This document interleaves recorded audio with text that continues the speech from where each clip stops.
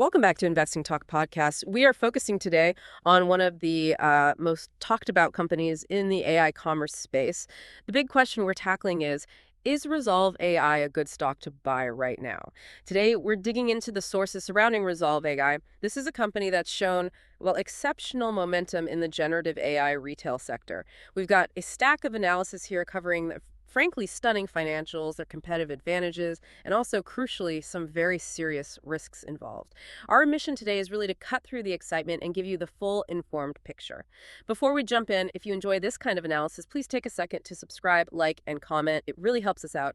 And hey, if there's a specific company you'd like us to look into next time, just drop it in the comments below. Definitely. And the materials we have, well, they paint a picture of extraordinary growth, no doubt.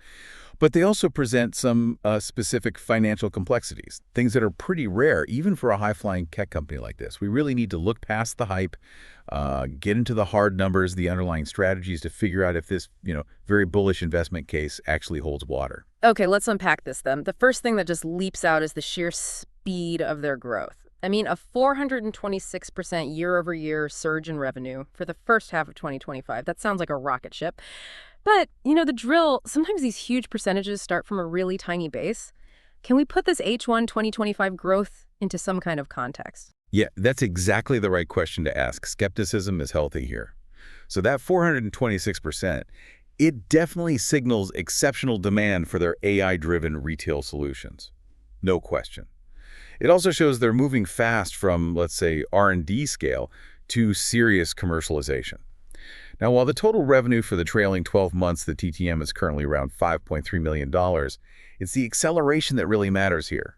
This rate of increase suggests they're grabbing market share much faster than pretty much any competitor in this space. Okay, so that's massive validation. They've clearly found product market fit, wouldn't you say? It certainly looks that way. But maybe even more impressive than the revenue growth itself. Right. Let's talk efficiency. Growth is great, sure, but the margin often tells the real story about the underlying profitability structure of the business. Absolutely. You're spot on. And their Q1 2025 gross margin reached, well, an eye-watering 95.8%. That is significantly above industry averages, even for pure software as a service, SaaS businesses.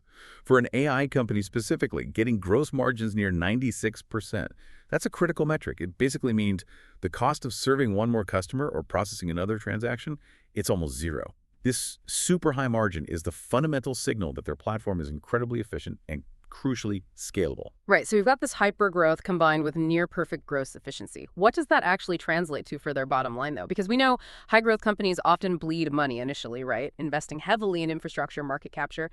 That's the typical playbook. But the earnings projections here show rapid improvement.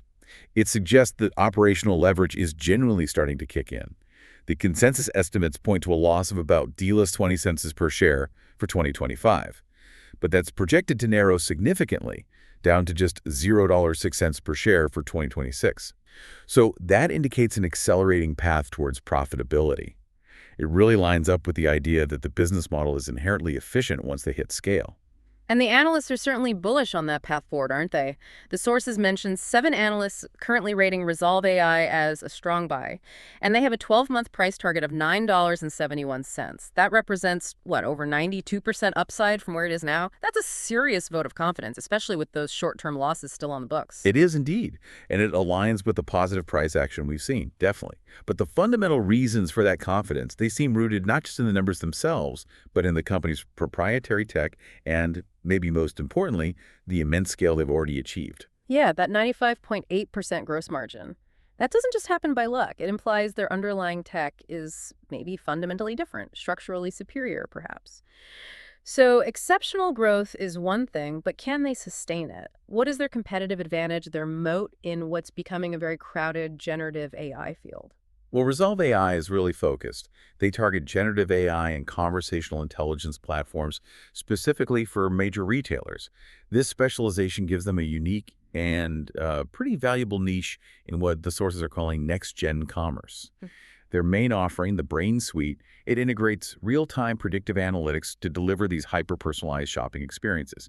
It's a specialized tool built specifically for the complexities of, global retail engagement. That sets them apart from more generalized AI platforms, like the big large language models we hear about. Okay, but how can we be sure this next-gen commerce position isn't just, clever marketing? What hard data do the sources actually offer about their usage, their penetration within their client base? Right, the proof's in the pudding, as they say.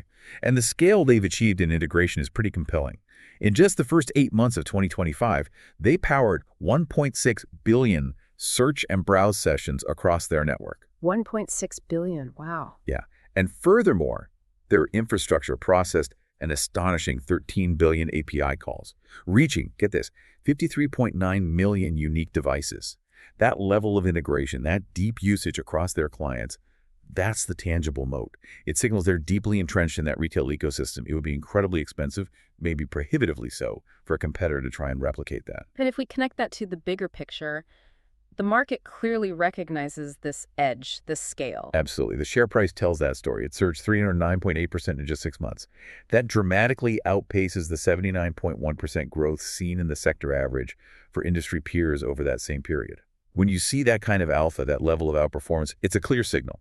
The market perceives they have a significant defendable lead, likely based on those very utilization metrics. Okay, let's switch gears a bit to the near-term drivers. We just established the strong fundamentals, seems like. But what does the technical momentum look like right now? And what are the upcoming events that could really drive the next price movement? Well, from a technical perspective, the stock has maintained strong upward momentum. It's up 90.3% over the past 3 months alone. It consistently trades above its 50-day moving average, which, confirms that the short-term bullish trend is intact. Yeah. We're also seeing high trading volume. Recently, it hit 177% above its average. That often signals active institutional accumulation is happening. Interesting. So what's the most pivotal, immediate catalyst investors are keyed in on? That would almost certainly be the Q3 earnings release. It's scheduled for October 31st, 2025. Investors will be watching very closely for updates on their annual recurring revenue ARR growth trends.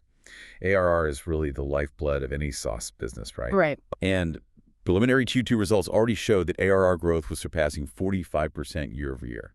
So any upward guidance updates for Q4, that's going to be huge. It could potentially justify the current high valuation. Okay, earnings are key. But beyond that, the materials point to a lot of market chatter, speculative buzz. That stuff often drives short-term price moves, especially for these high-growth names. Yes, exactly. And there are rumors swirling. Negotiations with a major pan-European retail chain, for instance, that would significantly expand their geographic footprint and their revenue base, obviously. Plus, there are ongoing discussions, apparently, with 2 global payment providers to expand integration capabilities. These payment integration deals are actually quite critical because they help standardize their platform across potentially new verticals. And looking even further ahead, we're hearing rumors of a potential strategic partnership with a GCC e-commerce leader, GCC being the Gulf Cooperation Council region, and even talk of a pilot program to integrate their AI chatbot with a major U.S. bank. That potential move into financial services, particularly the U.S. bank pilot, that's really critical. It suggests they might be expanding beyond their core retail sector. Their conversational AI tech is apparently showing promise in adjacent massive markets like finance. That could open up a whole new world of potential revenue streams. And all this positive activity seems to be attracting the heavy hitters, the institutions. You mentioned the high trading volume. We're also seeing recent analyst upgrades like Roth Capital increasing its target to $12.50. That's quite an aggressive target. It is. And that influx of institutional interest, sometimes people call it whales aggregating, it suggests the market believes these high-value strategic catalysts, the global retailer, the payment processors, the U.S. bank pilot, are actually highly likely to materialize, and that they'll translate into higher future valuations down the road. Okay, we've covered a lot of the tremendous upside potential here. It sounds very compelling. But, knowledge is most valuable when it's complete. We need to inject some critical skepticism.